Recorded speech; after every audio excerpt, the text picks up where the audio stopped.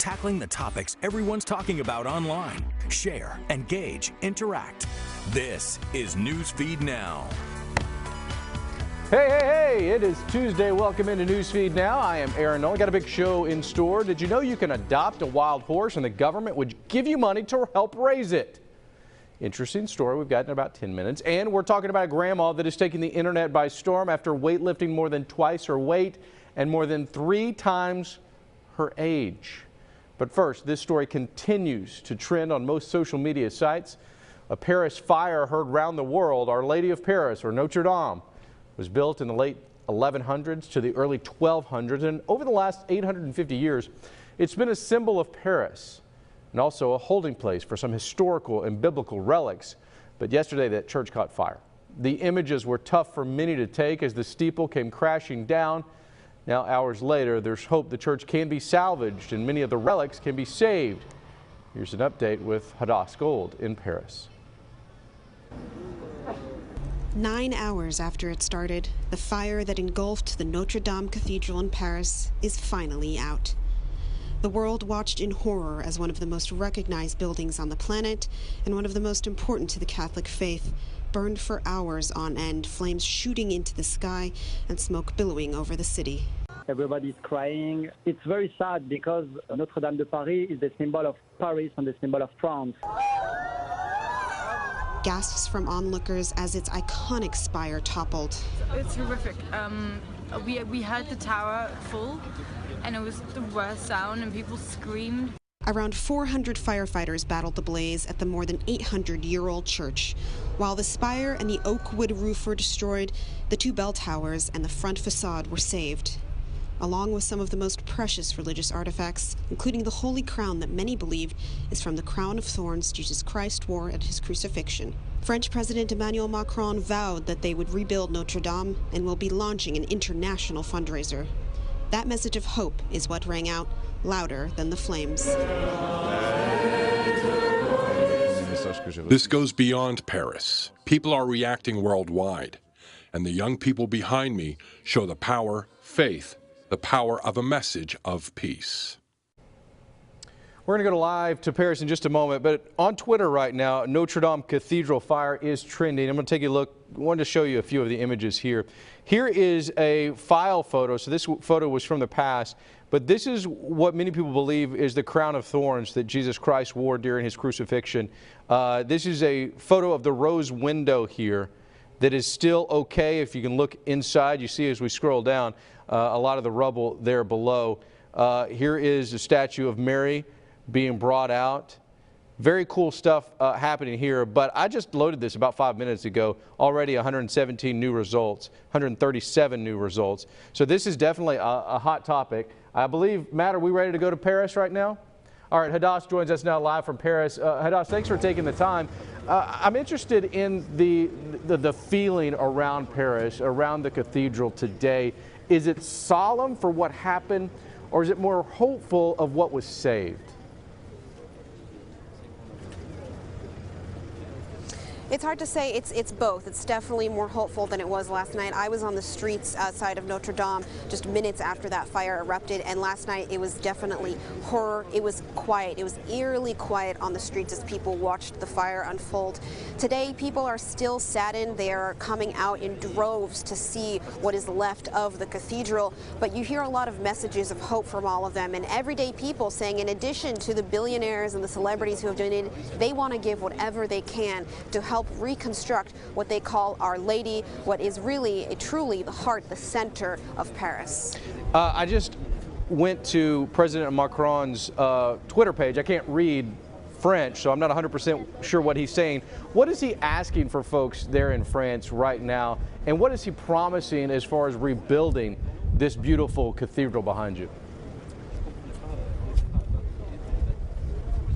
Well, President Macron said that he will immediately start sort of a conference, if you could call it, to gather donations and help coordinate this reconstruction effort. And we're seeing a lot of other companies, including, for example, airlines, say that they will donate free airline trips to anybody who can help with the reconstruction. The Vatican has said that they will help lend their expertise. We're seeing an outpouring of support from around the world, people who want to donate, people who want to help with their expertise. We're already seeing the work behind me. There's 2 cranes up around the cathedral. They're already investigating the structure to see how stable it is. It is notable, though, what has been saved. Much of the artwork, much of the really valuable artifacts. The organ seems to still be intact. A lot of the damage seems to be concentrated on the roof and, unfortunately, on that spire that was lost. Hadass, before you go, I've got to ask you about this being Holy Week. Palm Sunday was last Sunday. Easter Sunday is on the way. Many people there may be considering this somewhat of a miracle, that yes, tragedy was seen last night, but there still is hope that a lot of what was there and the history that remains is untouched. And as you just said, a lot of those things have been saved. It is really incredible, also the timing of when this is happening, but I also have to note the fact that there weren't that many injuries. One firefighter was seriously injured, and obviously everybody is thinking of that firefighter. There's also reports of a policeman who may have been injured as well. But when I was watching this fire, I was so concerned that other people would be injured, about the people who might have been there at Mass, tourists who might have been visiting, and it is incredible. You could really say it is a miracle that more people were not injured. Yeah, I agree with you, Hadass Gold. Thank you so much. We appreciate you taking the time here on Newsfeed Now. Thank you so much. Be safe. Any more updates that we get there on the Notre Dame Cathedral, of course, we will bring it to you. We appreciate that coverage.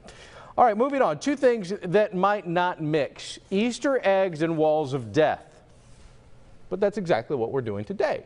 You know, death-defying acts are something many of us enjoy watching. The sword swallower, I want to say sword, the sword swallower, the man placing his head in the lion's mouth. And then there are those who take motorcycles at crazy speeds, drive in circles until gravity won't let them fall.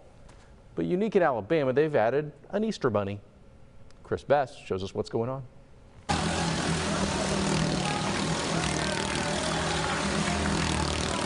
Hey, what's up? My name's Kyle Ives. I'm Cody Ives.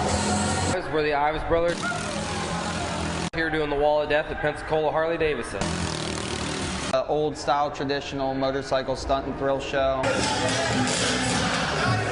It's over 100 years old. We're just here keeping the tradition alive, and we're putting smiles on kids' faces, taking dollar bills out of people's hands.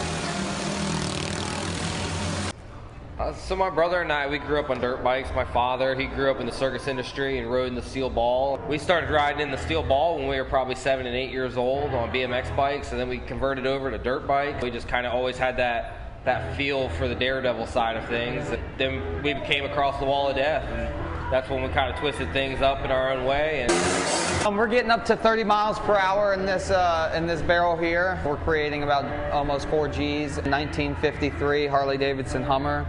I have a 75 SX 250 single cylinder 2-stroke from Harley-Davidson.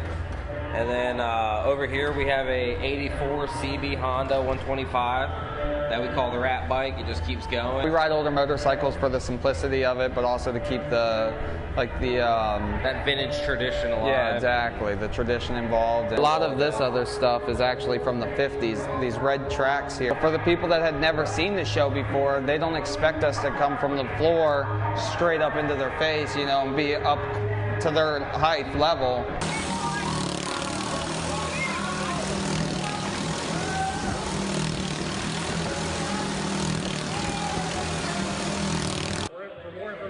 Wall of Death and where you guys can catch these guys, click on the link in the description of this video.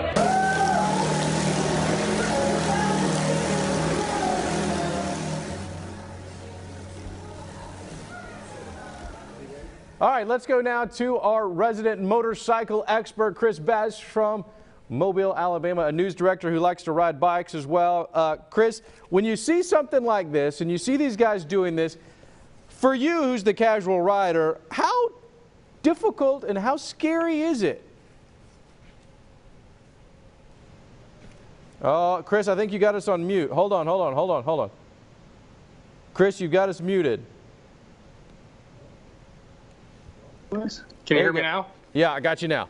All right, sorry. To me, it seems pretty scary, but they're really only going 35 miles an hour, but 35 miles an hour sideways on a wall that's straight up and down.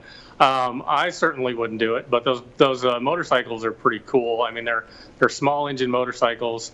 They're hitting 4 Gs on those things. That's a lot of force. Before we get to the Easter Bunny in the middle, I want to ask you about your feelings being in the middle of this thing.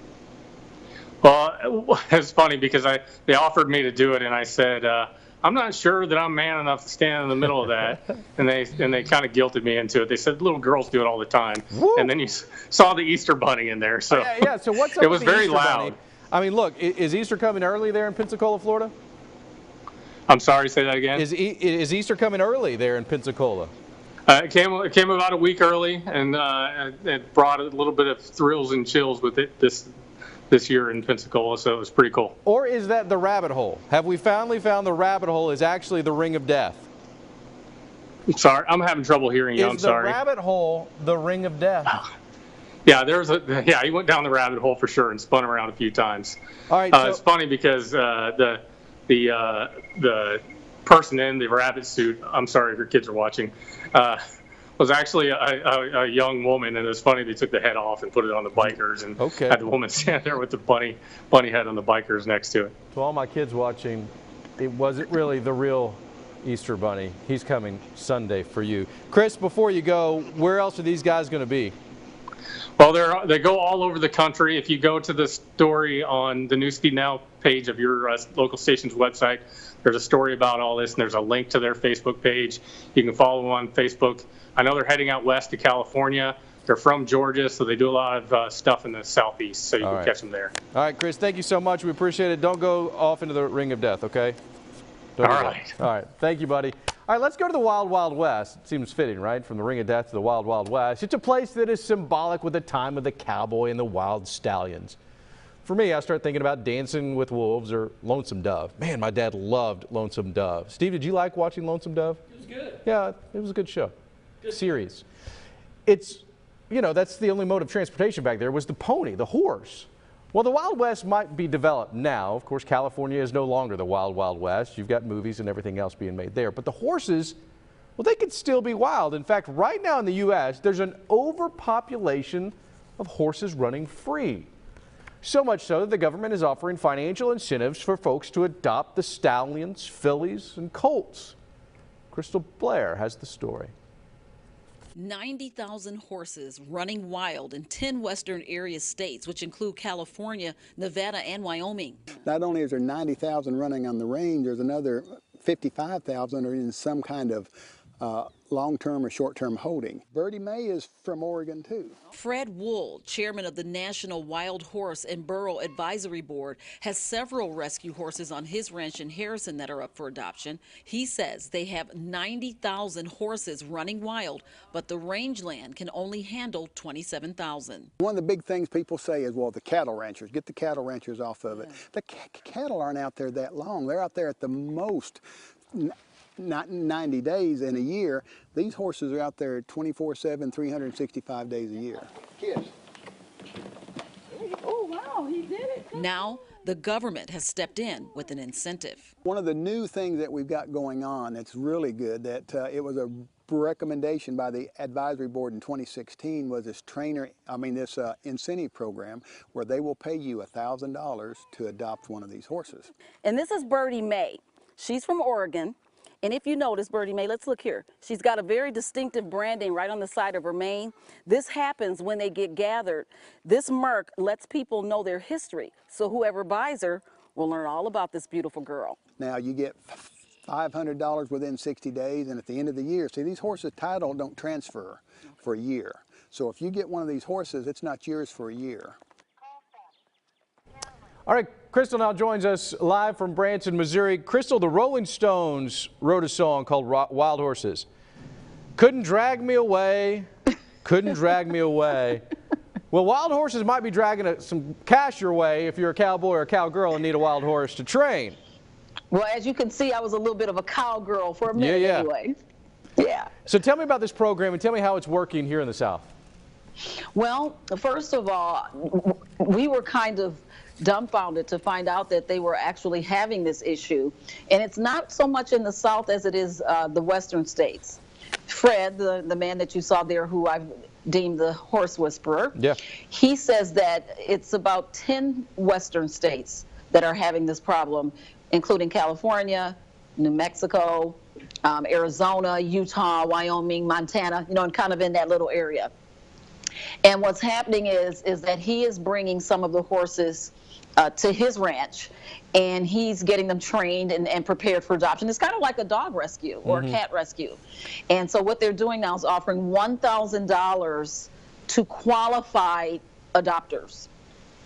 It's interesting to me, you know, we think about horses, and I talked about Dances with Wolves and you know, all those great Western movies that are out there.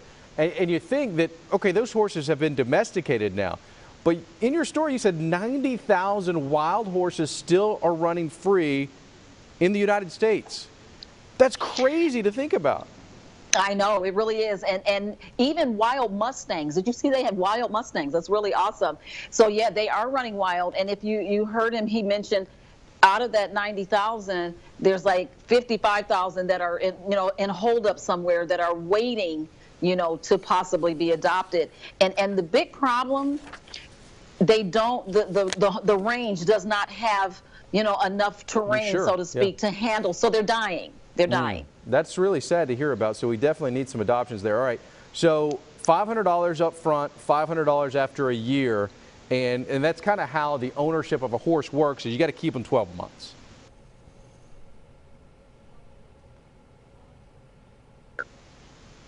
So when you pay the first $500, he's not yours yet. Okay. You just got the 500, yeah. That's right. And then he's yours, because it's kind of like transferring a title to a car, if you will. Okay. That makes sense. Crystal, thank you so much. Much more on our Newsfeed Now website. Appreciate you taking the time. Thank you. It's fun. Bye-bye. All right. See you, Crystal. I really want to play this Rolling Stones song. Matt, what do you think? Should we play a little bit of it just because, or should I move on? Just move on. He wants me to move on. He's no fun today. No fun, Sewell. That's okay. You know, I've been pretty open about my attempt to shed the dad bod and hit the gym. CrossFit is my poison right now. I was telling Steve, my back's killing me right now. I'm going to take a day off today. You did yet? I'm nearly 40, and I'm still diving into icy hot and the cold baths and putting ice packs on my back. But when I'm 70, I firmly believe I'm going to shed the weights for my golf clubs 24/7. But here in my home state of Arkansas, there's a woman who's lifting more in her 7th decade on this earth than many of us would ever. She's just 120 pounds, lifting much more than twice that.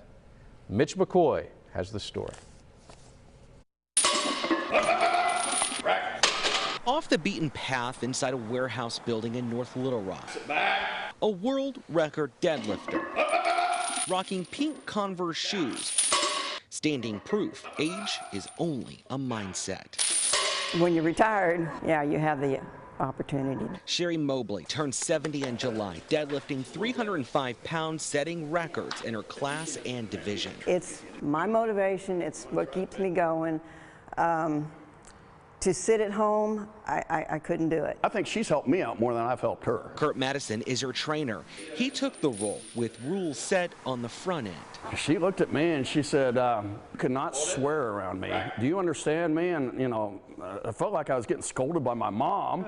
And I was like, "Yes, ma'am." Hold it at the bottom. Lifting to offset osteoporosis, Sherry, who weighs 123 pounds, says she couldn't sit around and do normal granny things. Dogs are their life, or playing cards, or reading, or crocheting, and that's just not my thing. Working out 2 hours, 4 days a week, Sherry can do 175 squats and wants to do even more by the end of the year with the help of her trainer. And he says, a lot of it is up here.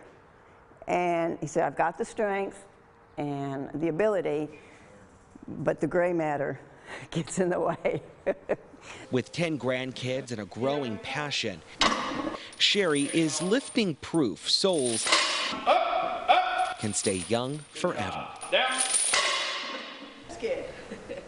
All right, Mitch joins us now live. Mitch, I'm hurting right now from my workout yesterday. I saw you limping in the news. Yeah, but how much inspiration does Sherry give you at 70 years old, saying, suck it up, get out there, I ain't doing granny things, you ain't need to worry about it. This is inspiration really for all of us. Oh, absolutely. I did a walk this morning, and I went to Florida last week, did a little work there. This week, I hadn't really been out and exercised. I walked like 3 miles this morning, and I did it because of the story yesterday. All right, so Sherry is a grandmother, 10 grandkids, lifting more weight than you and I could ever dream of lifting. How much does she want? Is there a number that she wants to go? 360, 400? I mean, come on. You know, based off of what, and I just want to let people know I'm not driving here. Tebow's driving with some cool backup Ray-Ban sunglasses because his other pair are in his wife's car. But she said that at the very beginning, she didn't think that she could do much. But that trainer keeps pushing her and really giving her this load of confidence to really conquer whatever she wants, and she's doing it. She never thought she was going to be able to do 305. She thought, well, maybe 200, and then all of a sudden it went up to 275, and then it was like, well, let's try 305, and she did it. And she's going to go even bigger in October at another competition. Before you go, these are the stories, you know, Mitch, that kind of excite us, that we get outside the bubble of crime. We get outside the bubble of having to do stories that are so difficult for us to take. I'm interested on your demeanor moving forward after talking to someone on a Monday Motivation yesterday that really turned you maybe into a Let's Change Tuesday. Let's Change Tuesday, that's a good one. But I'll prefer Taco Tuesday still. Well, apparently the Monday Motivation did nothing for you. I was going to invite you to CrossFit tomorrow, but if you got to have your Taco Tuesdays, man, you'll miss out. What time do you do CrossFit? Because I know you're such a busy man. I do it right in the middle of the day. Hey, Matt, your photographer, would go to CrossFit with me, so maybe you can come with us. See? CrossFit's at 5 a.m. though. 5 a.m. is way too early for me. I've already been up for a while at 5 a.m., Mitch. You need to go back, and you need to go talk to Grandma Lifter, and you need to get a little bit more motivated, bud. I thought about maybe working out with her. Will you live stream that if you do it? Only if it can be on Newsfeed Now. Absolutely it can. What is her Instagram handle? The Instagram, you're laughing. I love her Instagram handle, Granny Hulk 69. Granny Hulk. All right, Granny Hulk. Thank you, Mitch. We appreciate that. Mitch the Hulk there. Not going to work out. Just going to go eat tacos today. Thanks, buddy. Appreciate you taking the time. Granny Hulk 69. Give her a follow on Instagram and see all the great things she's doing. And while you're at it, follow me, Aaron Nolan News, on Twitter and Facebook. It's also my Instagram handle as well. You can also follow our producer, Matt Sewell, who has gotten camera shy over the last few weeks. I'm not 100% sure. His Twitter handle is _Matt_Sewell. _Matt_Sewell. Have a great day. We will see you. Hey, Steve, what's your Instagram handle?